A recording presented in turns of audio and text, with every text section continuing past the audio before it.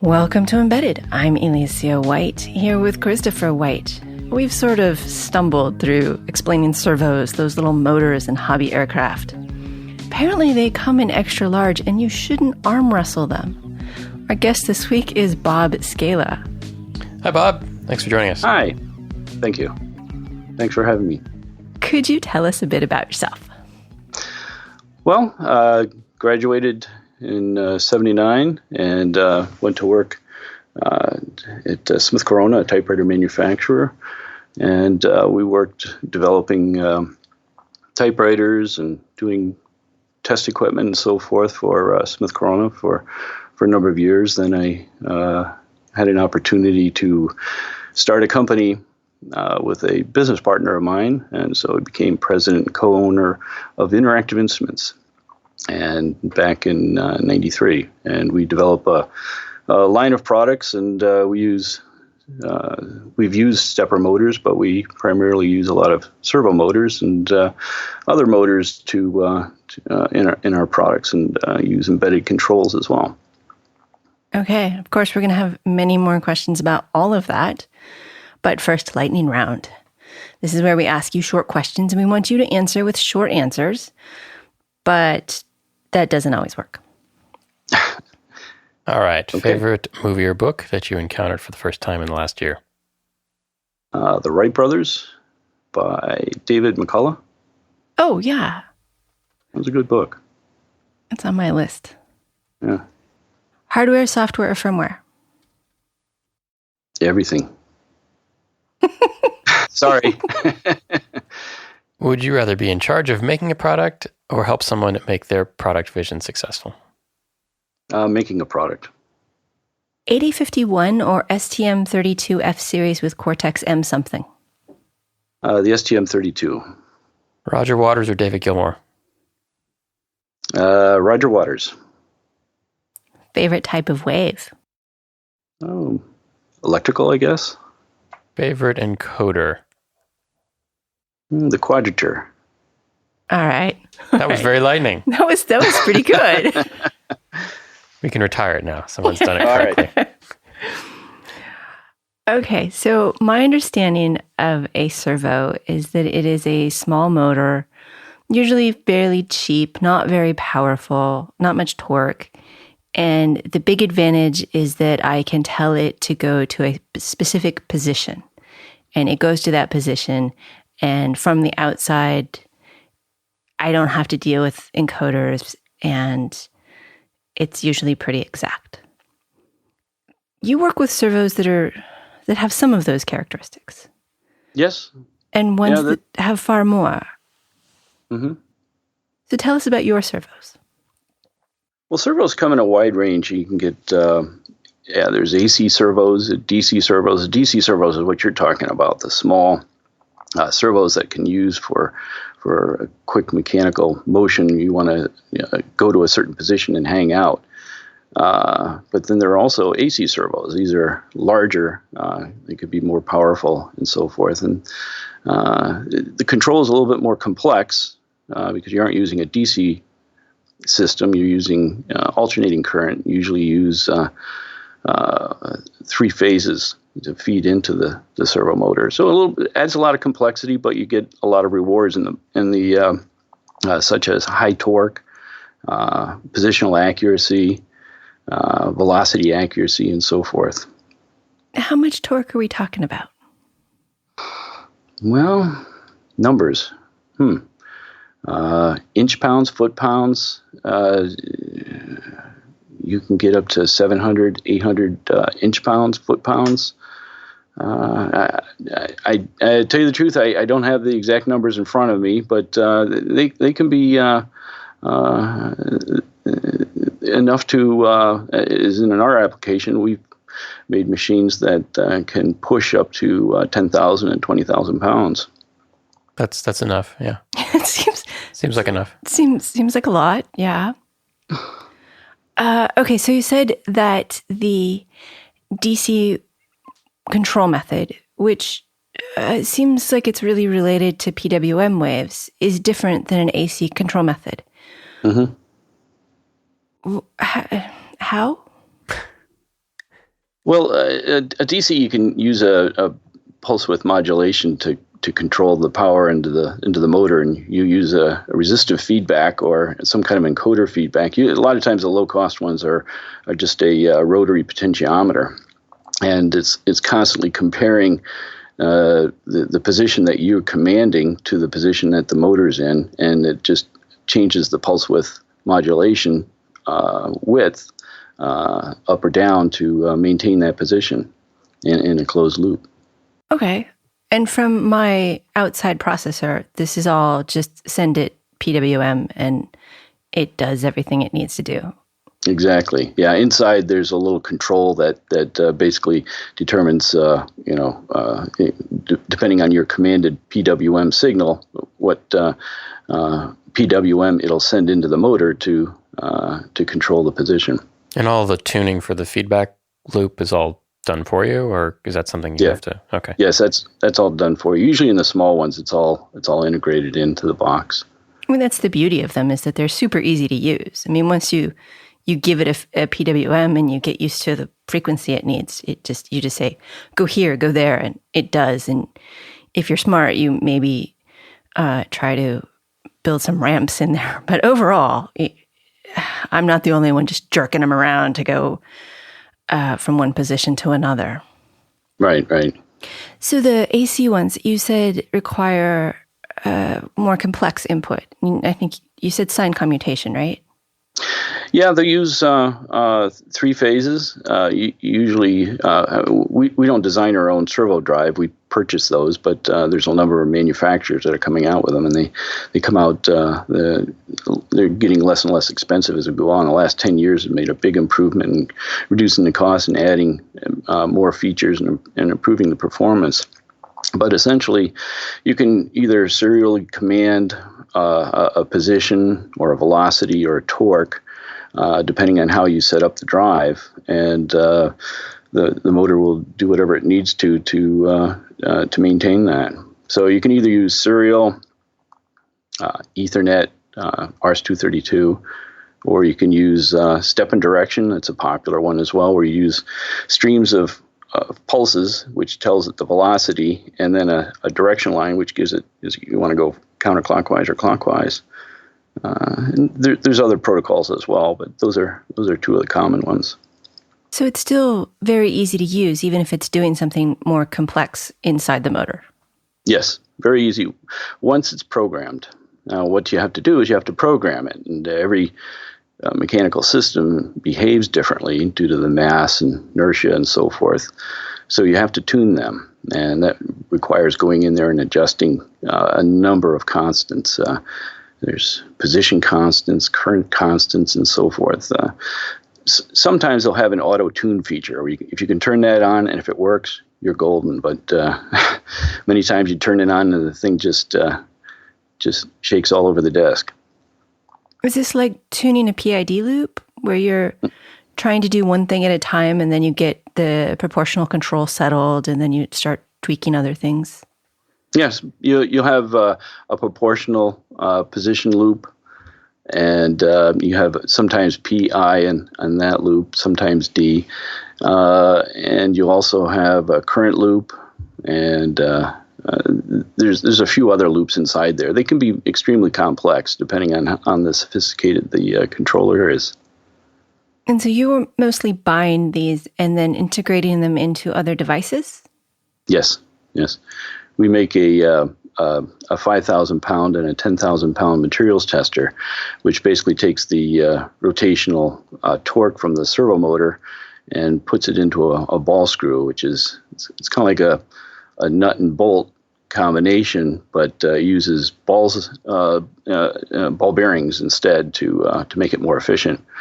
A screw is typically not very efficient, and so there's a lot of energy lost in it. So if you use a ball bearing nut, you can improve the efficiency. And what that does, it translates the rotational torque into linear motion. And I should be very excited about all of this mechanical stuff, but I need to interrupt you in order to ask you, what is the coolest thing you've ever crushed? Wow, see, I don't do a lot of crushing. The customers do that. I mean, what does an Oreo cookie look like after 10,000 pounds of pressure? Flat. I'll have to check on that. I don't know. I haven't. Are you aware of the hydraulic press YouTube channel? Oh yes. My goodness. That's a favorite of mine. Yeah. We mainly do tension, and the reason is most of our customers pull parts apart. They'll take a piece of material from their boiler or their pipe that's developing cracks, and they pull it apart and they monitor how fast the cracks grow over time. Oh, interesting. So in our case, we primarily do tension, but we've had some customers that do compression. An Oreo cookie pulled apart by 10,000. I don't think that would be that exciting. exciting. Isn't that exciting. Yeah, That's just I can do frosting. That. I could do that with my hands. It's going to hold a lot of weight on YouTube. What kind of applications are people working on with this? I mean, tension cracks, yeah, but why? I mean, what are they doing? Well, say in a nuclear reactor, if you have cracks... That escalated quickly. Say a nuclear reactor. Well, we have a lot of customers that test parts, pipes, and so forth in a nuclear reactor. And as the nuclear reactors age, they have cracks. And they know about the cracks, but they need to know how fast they grow, because they may want to squeeze, instead of 20 years, they want to go 30, maybe 40 years on the same part.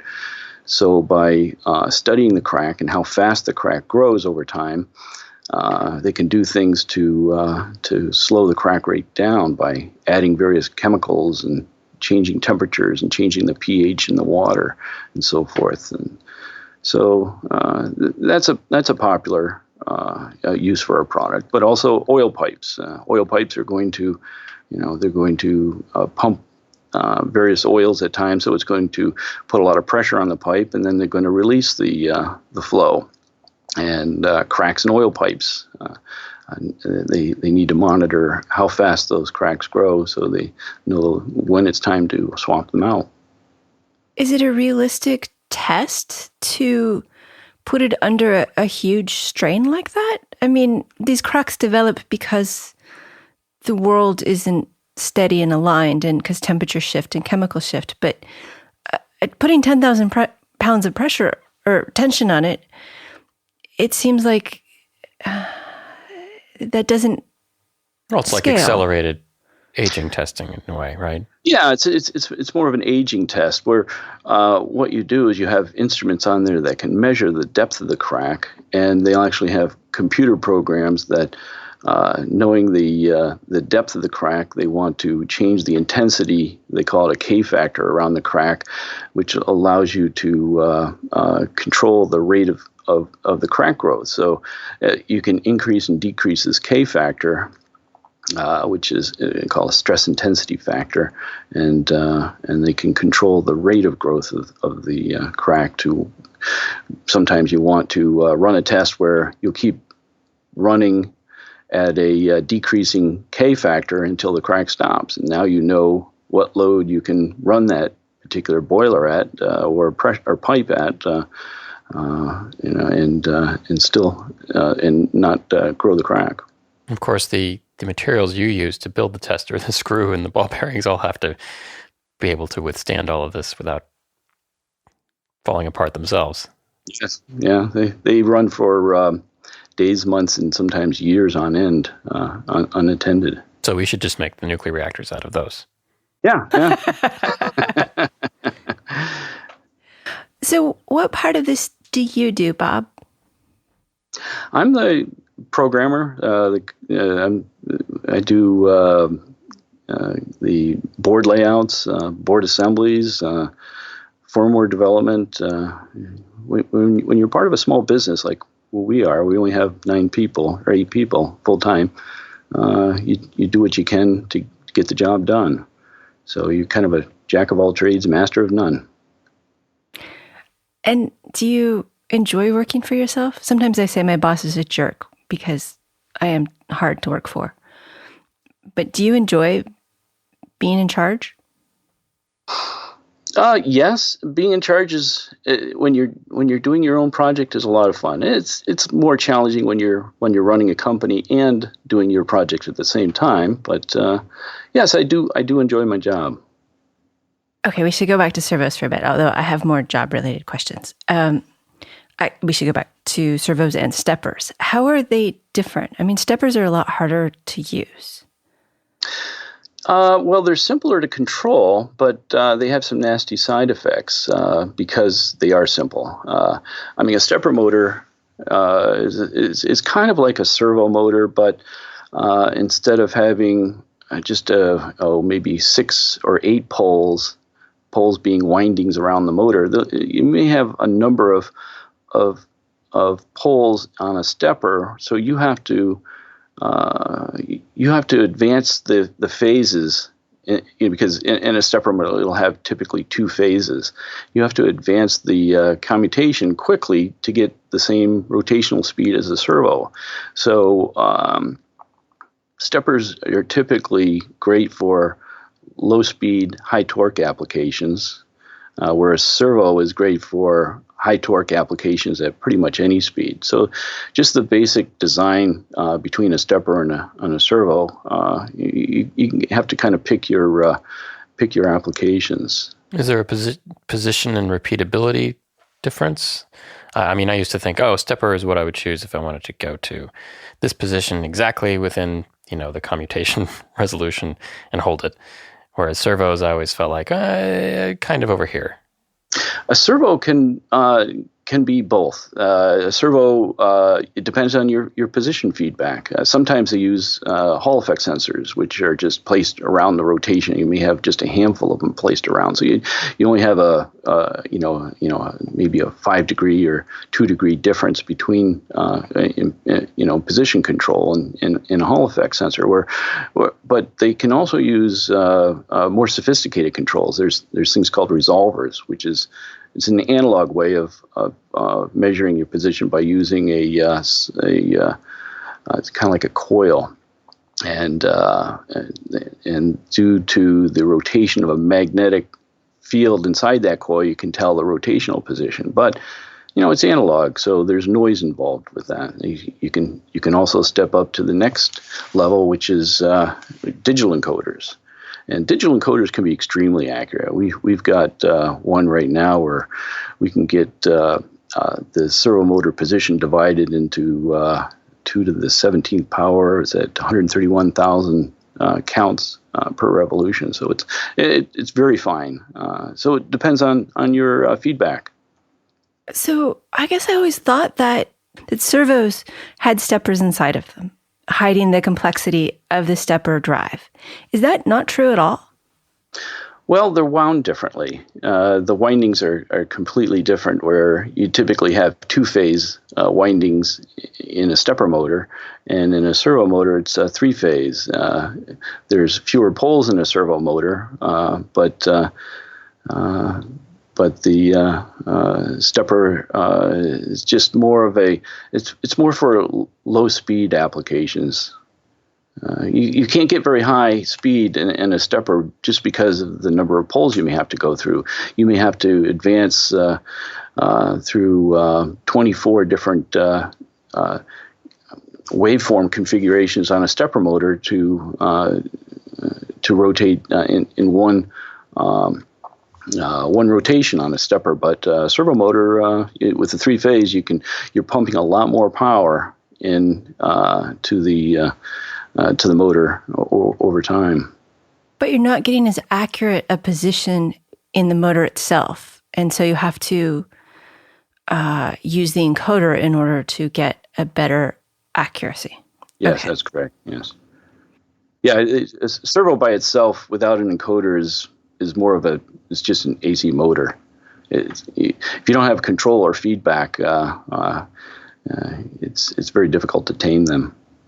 And we've said the word commutation a few times. Do you want to try to explain that?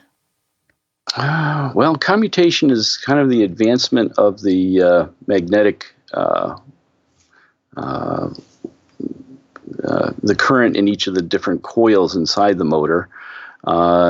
So commutation can be mechanical. It can be using brushes on some motors, like DC motors. DC motors will usually use brushes, or a computer for a servo or a stepper motor.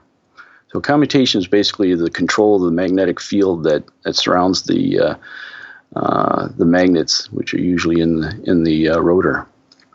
And if I have this right, if I have a stepper motor with, say, 6 windings, that means that in order to get, so if I'm looking at it like there's a clock and I want it to go around, and there's, the 12 points on a clock, and I have 6 windings, so every other hour gets a winding, sort of. And if I want to go from 12 o'clock to 1 o'clock, I have to energize the 1 o'clock at just the right way. And if I'm doing it right, I'm also energizing the 2 o'clock in just the right way. And if I'm doing it right, I'm also energizing the 12 o'clock to push the motor. Yes. So there's pushing it and pulling it, and you're going through multiple stages all the way around the clock face, so that you're constantly changing what you're doing, and you don't just want to jerk it so that it's pushed and pulled like boom. You want to go in a sine wave so that it's gently pushed or pulled, and then it's more strongly pushed or pulled, and these sines overlap so that even as you're going from 12 to 2 to 4, you're trying to get a smooth motion between those so that you don't burn your motor up. Yeah, that would be a current control, where if you had each phase was under current control, you can actually microstep the stepper motor. Is that what you're thinking about? I think it is, yes. I mean, I have done this sine commutation thing a few times, right, but usually only with somebody who's already done it. Yeah, use sine and cosine waves, and sine and cosine will create a circle for you, and you pump the current into the 2 windings, one sine and one with cosine, and depending on what angle you pick up from your sine and cosine table, you can control the position. It's a lot smoother than what they call full step or half step stepper motor commutation, but the big problem, though, with stepper motors is if you overdrive it, you can actually lose your position. It'll backspin, and because the stepper motor is stable, when you put a certain current into the 2 windings, it's stable at multiple positions because of the multiple poles that it has. So in your code, you're going, oh, I'm going forward. Wait a minute. The encoder just said I didn't go forward. I went backwards because I did my commutation incorrectly. Yeah, most steppers, they don't use encoders, but if you do have an encoder, at least you can find out where you actually ended up and try to get back there. We had an encoder on the test unit because we needed to know how bad my software was. But yes. Yeah, if you don't have 2 or 3 times the torque that you need, you will definitely need an encoder because it's very easy to overdrive them. You mentioned you get to do everything, and as you go from firmware to software to hardware, you end up having control over the whole system. And so you get to design every piece of it, and there's some benefits to that. What do you think the benefits are?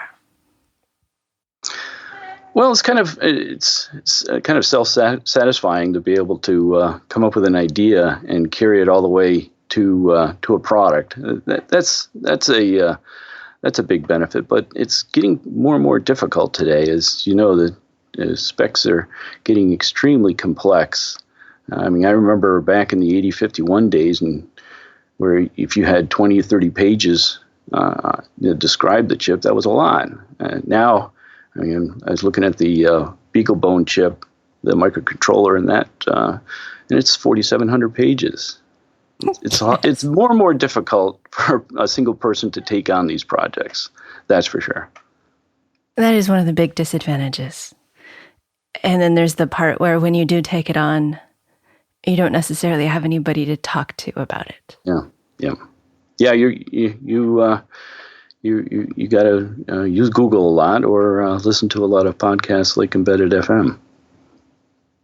If somebody wanted to build their own high torque system, where would you say they should start? Should they buy a servo? Should they design their own motor brushes?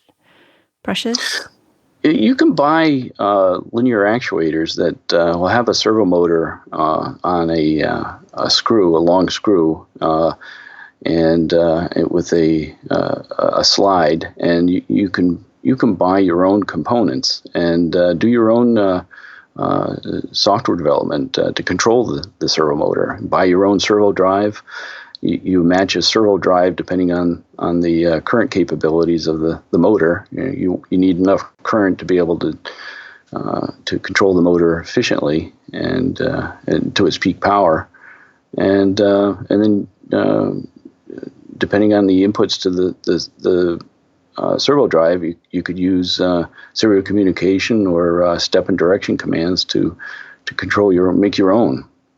But it's hard to make something yourself today because it requires some precision machining, and that's what we have. We have a lot of 3, 4, and 5 axes milling machines and so forth. So the advantage of having our mechanical designers come up with a product and to our exact specifications and produce a product like that. But it's challenging to do that if you want to do it in your basement. It does seem challenging. What kind of power do your strain systems take? All of it. I mean, it's 110 volts. We like 110 because it doesn't require special power. So they may take 5, 7, 8 amps or so at 110 volts. Kilowatt or so then? Yeah, a few kilowatts, yeah. Cool. Yeah. I mean, the nice thing about these servo motors, they're very efficient because they're all current controlled. It's kind of like a switching power supply, so it's very efficient. And so you can get a lot of power relatively efficient with these drives today. Do you have any sort of health monitoring of the motor? I imagine it gets pretty hot. So are there temperature sensors, and is there any sort of cooling, or is it all passive? The servo drive will monitor the temperature in the motor. It notices that if it's putting too much current in there and it knows that it's over spec, it'll actually try to back off. And if it can't get any farther, it just shuts down completely. Actually, that's a good point. What other health warnings do you have for not the motor, but for the humans? Don't put your finger in there. Things like that. These are used in labs. It's not something you'd have out in the bench for a common public to be using. So they're usually installed in a piece of equipment back in a lab someplace, turned on and left. So very little human intervention. So you don't need the sign that says "Do not lick machine." No, but I mean, I think that's in the manual. Do not stick the remaining hand in. Yeah. Your company also makes wind tunnels. How is that related to servos? Well, it isn't. Okay. We started the company making wind tunnels, and that's what got us going. We had we had an interest to make a wind tunnel, and so myself and my business partner and one other person helped design this product, and we took it to shows, and it started to become a hit. A lot of people were interested in this. Nobody had anything like this. It's a desktop wind tunnel that with an AC motor, 1 horsepower AC motor, and lift and drag sensors where we measure to within 1,000th of a pound the lift and drag forces inside the tunnel, and a pedostatic tube that controls the wind speed.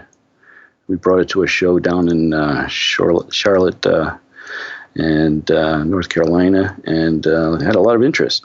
And so that's kind of what got our company started. And now, I mean, are they still popular? Your company started a while ago. Yes, we've been selling them. This is our 25th year, and we've been selling them right along since the beginning. We sell a few internationally. We just had one that's going to be delivered into Germany shortly. But we've had companies, and primarily they're for high schools and junior high schools, for STEM training, and but we've also had companies as well purchase them.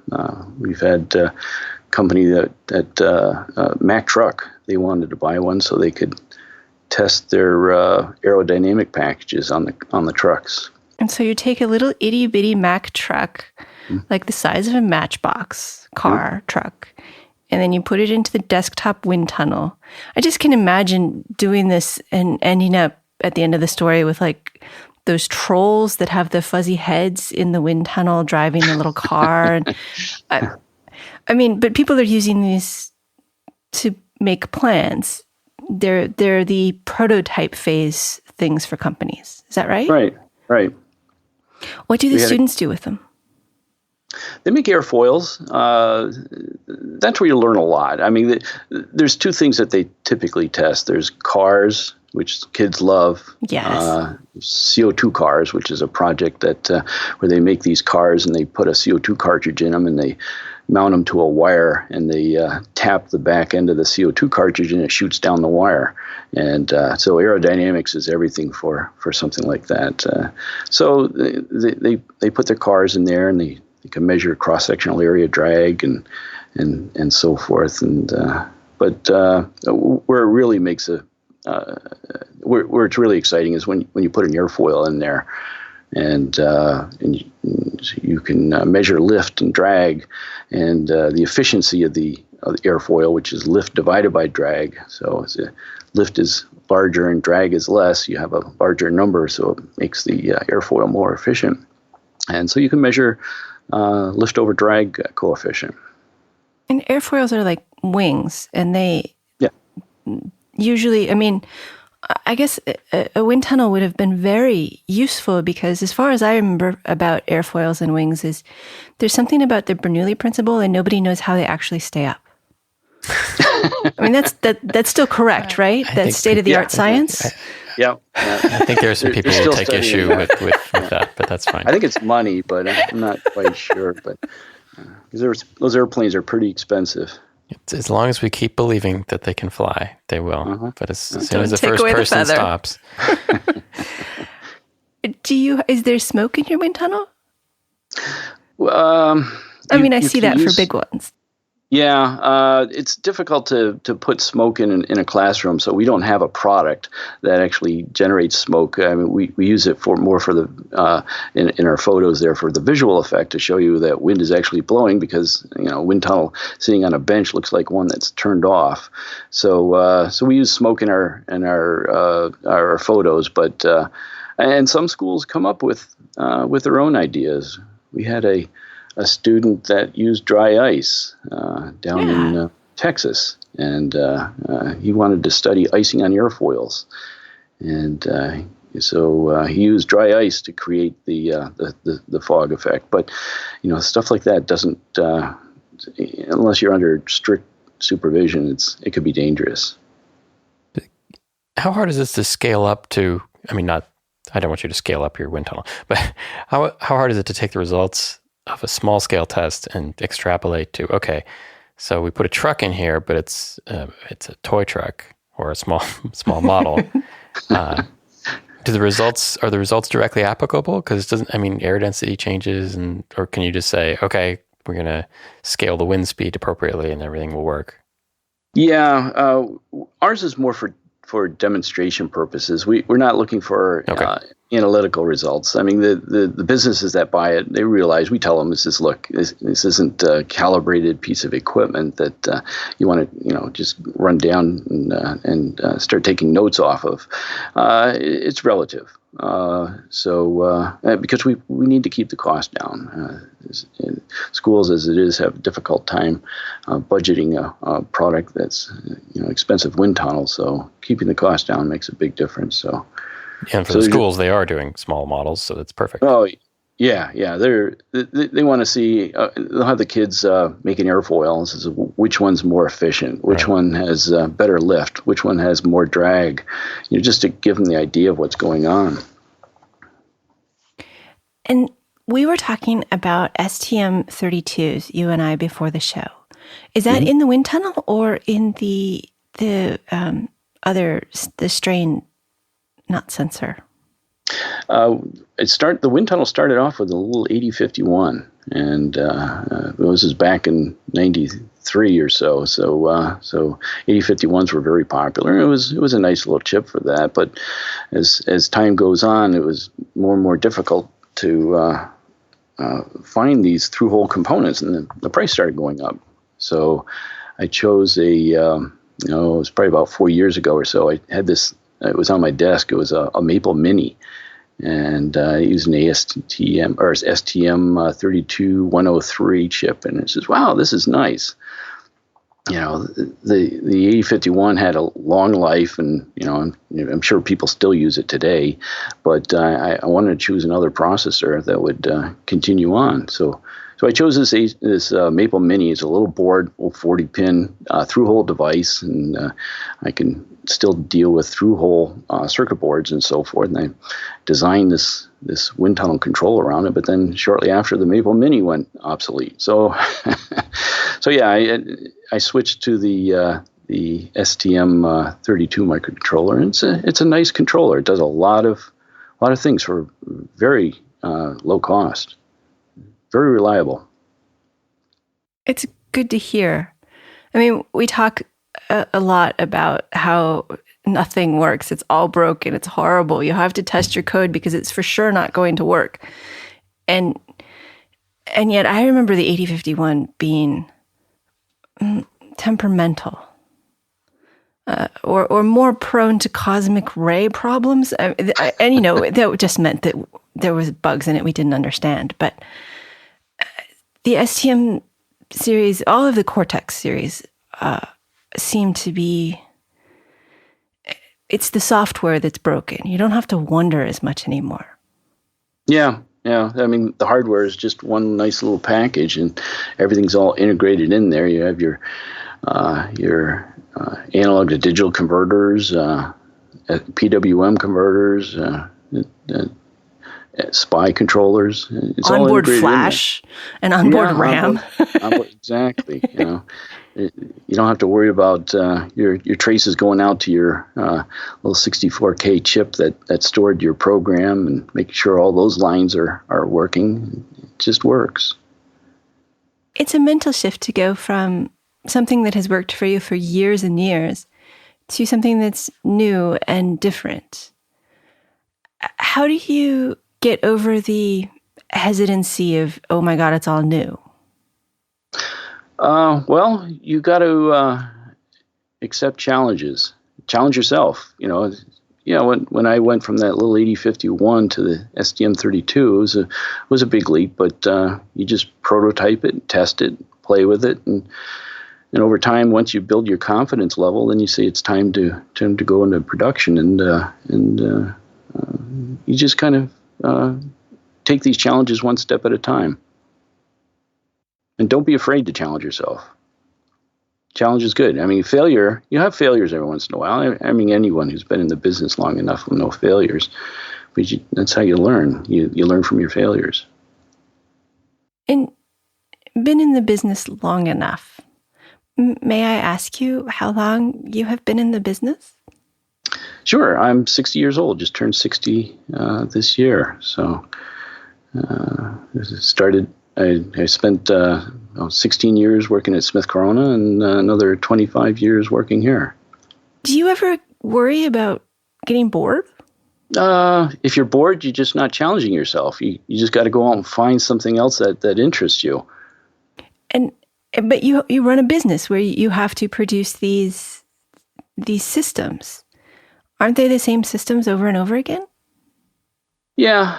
But you're always changing them. A good project is never completely done. You're always just adding to it or refining it, making it faster, better, smaller, more cost effective. So even though we just have a fixed number of products, we can always keep tweaking them. How do you stay current? That's not easy when when you're the only person in the department, podcasts are great. Podcasts have been a big help for me. I listen to podcasts and as I'm driving into work, and says, "Wow, yeah, I got to remember that. I got to Google that when I get in there." And I've picked up a number of great ideas that way. Well, I know you listen to our show, so I'm not fishing for compliments. But which other podcasts do you listen to? Amp Hour is a good show. Oh, the Enemies show. I don't know. And I also listen to, I'm into ham radio as well, and I listen to a number of ham radio shows. There's one called Ham Radio 360 WorkBench, and they get into projects, and I've gotten a number of great ideas from them. One of the things Bob said to me was about how your interest in Whisper gave some to him. Oh. Yes. Well, now I feel bad because I haven't done it in a while. I need to get back on that. I got my amateur license back on August of last year, and did my tech in general in one shot. And then I was kind of thinking, well, what else can I do with this? And then you came on and mentioned Whisper, because it sounds like a fun one. So I went and ordered it and wired it up, and I've got contacts all over the place. I just had one not too long ago that went out to Switzerland, and that little 1/4 watt transmitter can actually do pretty well. Where are you based? Because I don't think it's near Switzerland. No, we're just outside of Switzerland, of New York. Yeah, we're in upstate New York, outside of Albany, north of Albany. Yeah, I think I've gotten contacts up in near Edmonton. We're in California, and I think I got to Florida once, which I was amazed at because I didn't even have a good antenna. I just threw a wire over a tree. An antenna does make a big difference. Yes. I just got a new antenna, and it doubled my area. So Whisper is this, not contest, but this... it's a mode it's a digital mode. It's a digital transmission mode where you have a little thing that squawks at like 1/4 watt, so not a lot of power. And then you try to put it in the right place with the right antenna and good impedance matching in all of your components. And then you let it just shout its little heart out for a bit and go online and look to see where somebody heard your little widget. So it's ham radio without any social contact. Right. Yeah. For the introvert. But it's amazing that with 1/4 watt, you can get that far. And this isn't one of the ones that bounces off the ionosphere, is it? It isn't a frequency No, it's in a lot of bands, so it can. Oh, okay. Yeah, it must bounce for some of those long things. Yeah. The one out to Switzerland was, I think, a little over 3,800 miles. So it's got to bounce off of something. And the information you send is your location and your call sign, and that's not much else. Pretty much it. Your power level. Yeah, and your power level. Yeah. And you also send it and that takes 2 minutes, with so it's lots extremely low bit error rate. correcting. Yeah. Yes. There is a new mode, and I forget the name of it. I'll have to look it up and put it in the show notes. But there's a new mode that somebody's come up with that's supposedly much faster and equally robust. So interested in looking at that. My wife will be glad to hear that I'm buying another box then. I'm hoping the boxes are upgradable too. Okay, that's great. I'll have to check into that. But I like it because it kind of reminded me of, I don't know, Voyager or something. You know, the space probes out there, and they're not transmitting more than a couple of watts now, if that. And they're billions of miles away. Of course, they have, Arecibo and gigantic dishes to receive them, but. Oh, and some of the people who receive your Whisper contacts probably have very large antennas. I remember we looked at one of them just snooping on Google Maps, and you could see those antennas from space. Yes. Yeah. Yeah, mine's small. Mine's just in the garage. So. Chris hung an antenna from one of our trees. It was a little odd. Worked fine. It worked fine, yeah, because you tied it to a rock and threw it over a branch. Yeah, slingshots, drones. That's also not really slingshots. popular. Slingshots are not a good idea. We did that urgent care visit. Personal experience and But you can use drones. Some people use drones to lift the wire. We have too many trees to do the drone. I mean, yeah, I have drones, but I haven't done that. I know where that would end up. With the drone in the tree with the antenna? Yes. Yeah. with the antenna wrapped around one of the props. Okay, one more question about your age, and then I will get off this topic. It's something that kind of stresses me out because as I'm 40-ish, I love engineering. I love what I do, but I talk to people who keep telling me that it's hard and you lose the love for it, and I hate hearing that. And somebody said to me not too long ago about how you have to go into management because you can't keep up with the technology. And I don't want that. Was that person a manager? Of course that person was a manager. Yeah, I got told that by a director at a company too. It's time for you to go into management because there's nowhere else for you to go. Well, okay. Yeah. I guess I'll go somewhere else. Yeah, there is no up from here. You're going to be an engineer doing the things you did 3 years out of college for the rest of your life. That's not a happy path for me. No. I think it sounds like you have a passion for it. Obviously you do. And, I don't think you're going to go down that management trail happily. Just stay with engineering. I mean, engineering, I've known engineers that are, 60 and 70 and 80 years old that keep going at it. It's more of a, just follow your passion. I like that. I like to hear that, of course. And I admit I'm a much better engineer than I was in my 20s or 30s. Oh, yeah. Yeah, you grow, and you build your toolbox, and the toolbox grows, and projects become more and more challenging. And even the tools that get old, like my knowledge of 8051 and compilers of that era, it's never really wasted. It just gets built upon. Yeah. Yeah, I mean, controllers are pretty much the same. It's just which compiler do you use, and what if you use IDEs, which IDE do you use, and IDEs today are a lot easier than I remember back in the earlier days when you dealing with Intel boxes doing 8051 programming, and it was a real challenge using big 8-inch floppy disks and typing it all in, and all in assembly language, of course. And you push a button and hope it works. And if it doesn't, you roll up your sleeves. There are some things that have gotten a lot better. Really a lot better. Except the not working. That still happens a lot. Well, yeah. Yeah, but you got better tools, though. Yeah. I mean, debugging tools are a lot better. And it takes a little bit more time to find out, but it just kind of increases your level of your confidence level when you find those really complex bugs, and it takes you days, weeks, and sometimes months to find. I remember having this one bug.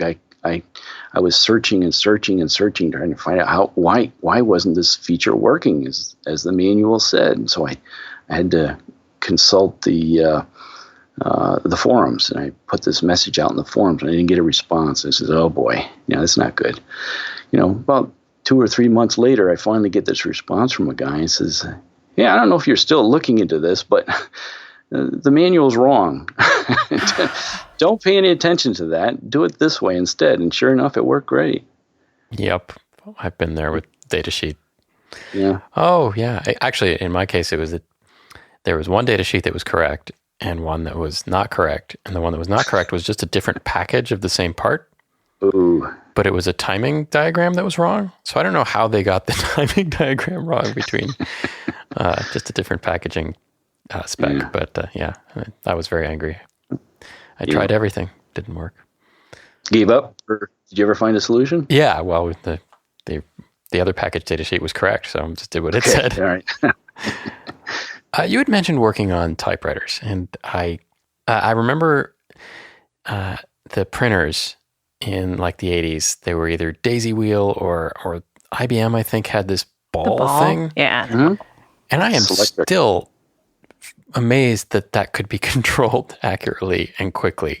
Can you go through how those things, how the control systems on those worked, if you know a little bit? Because I'd just love to hear that.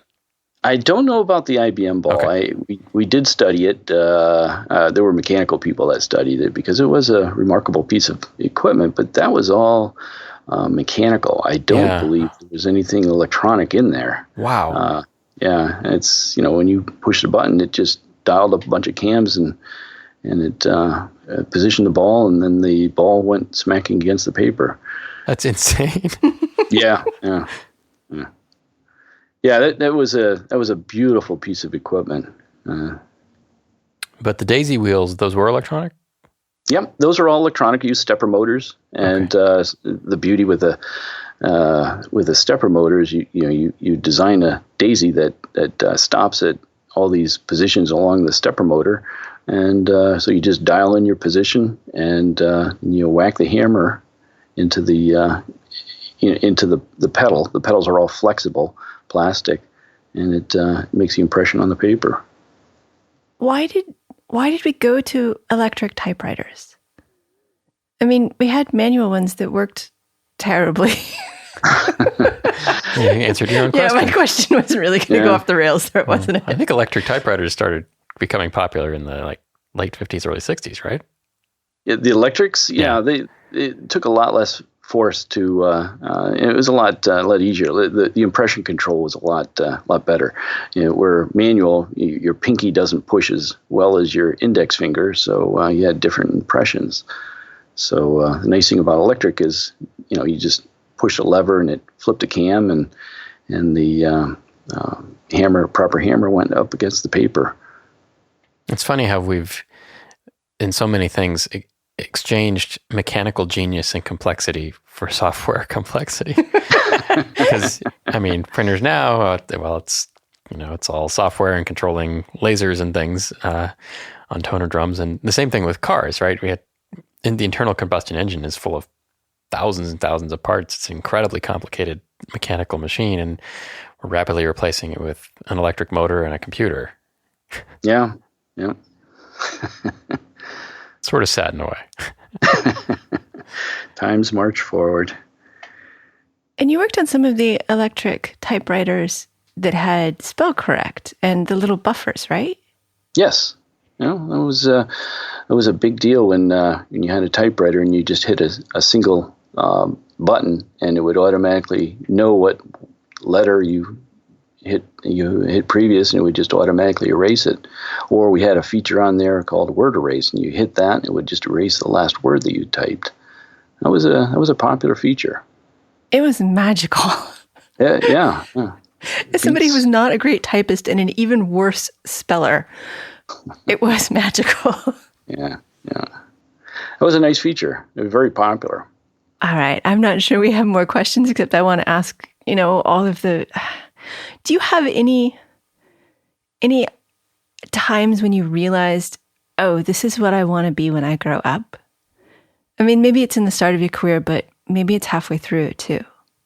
Well, I don't know. I just take each day as they come. You have a general idea of what you want to do, and I had an interest in running a business myself for years. It's got a lot of upsides to it, and I think that was kind of the general direction I took. But I didn't have any plans, anything laid out how to get there. Just when the opportunity came, I took it. That's actually good advice. Christopher, do you have any more questions? No, typewriter stuff was what I wanted to do. All right. Then I think, Bob, we're going to wrap up and ask you, do you have any thoughts you'd like to leave us with? Well, as I mentioned before, don't be afraid to challenge yourself. Reach out and try something new, and that's how you grow, by trying things that you've that are just not in your not something you've expected to try. It's just experiment. Our guest has been Bob Skala, president and co-owner of Interactive Instruments. Thank you for being with us, Bob. Thank you. Thank you also to Christopher for producing and co-hosting, and of course, thank you for listening. My quote this week comes from C.S. Lewis. No book is really worth reading at the age of 10, which is not equally and often far more worth reading at the age of 50 and beyond. Embedded is an independently produced radio show that focuses on the many aspects of engineering. It is a production of Logical Elegance, an embedded software consulting company in California. If there are advertisements in the show, we did not put them there and do not receive money from them. At this time, our sponsors are Logical Elegance and listeners like you.